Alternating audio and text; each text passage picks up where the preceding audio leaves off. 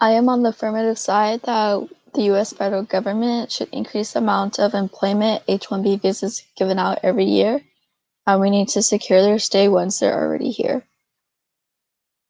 It's important to eliminate the annual visa cap because they make a huge impact in our society that no one gives credit for. In the article at FWS News, according to them, 5.2 million undocumented immigrants, including dreamers who came to the U.S. as children, work in essential industries. Essential workers who are undocumented make up nearly 1 in every 20 American essential workers, with millions working in construction, food services, and production. There are millions of essential workers. They aren't people who just want to live off the land and just be here just for fun. They are hard workers that want to make a difference in our communities and in their own lives. Nearly all of them want to go to school so they can find a better job for their kids or have better education for both. The problem is, though, that not many can afford education and get denied for loans. God forbid them losing their job, and according to H-1B Visas 2021, How to Get It, Processing and Latest News by Google Frank, H-1B visa holders have no free employment mobility since their time in the U.S. is sponsored by one employer.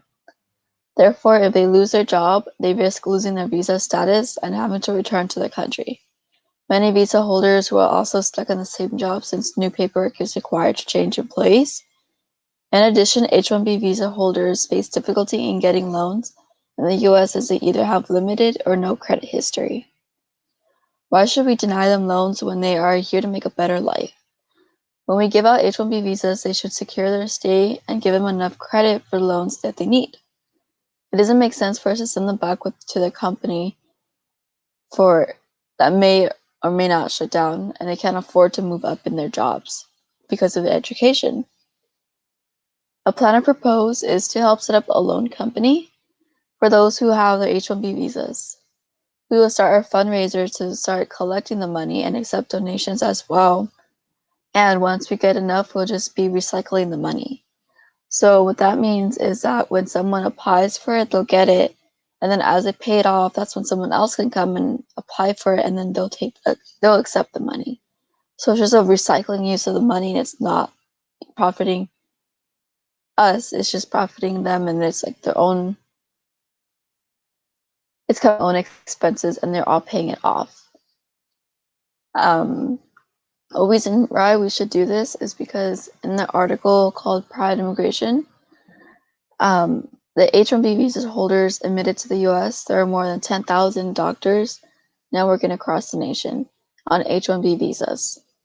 Although qualified doctors, it is relatively easy to fulfill the requirement of an H-1B visa. The situation is different for nurses. This can present extra hurdles nurses can overcome in order to receive the H-1B visas. This situation has become more complicated as Congress maintains the current general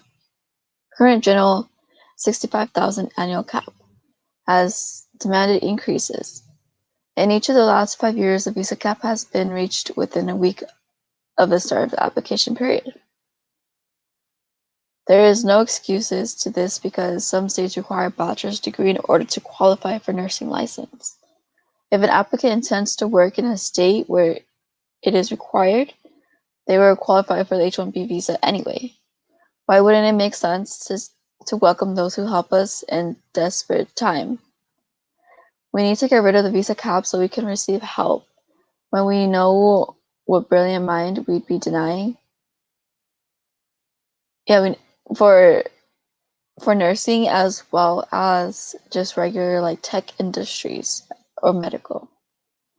And another reason why we should give out more visas and start loans so they can secure their place here is because in the article, Why They're Broken and We Can't Do It by HuffPost,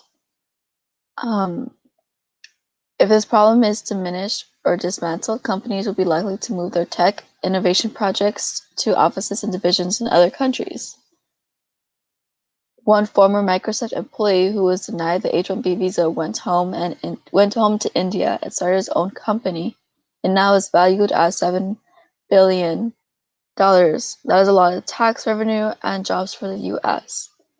So in other words, we had to send someone home because their H-1B visa got revoked, and so they got upset, and of course they took their idea, their company, brought it home, and from there they were a success. So if we send them home, not only do we create competition, but we're losing opportunities and ways to communicate our own selves, our own communities, and society. So this is a situation that's been avoided if this situation would have been avoided if the H-1B visa secure a spot once they get it, and we have loans in order for them to help keep their spot here.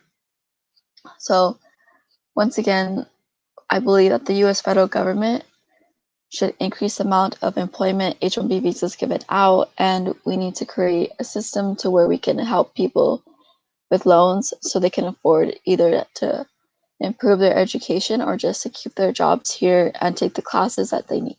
Thank you.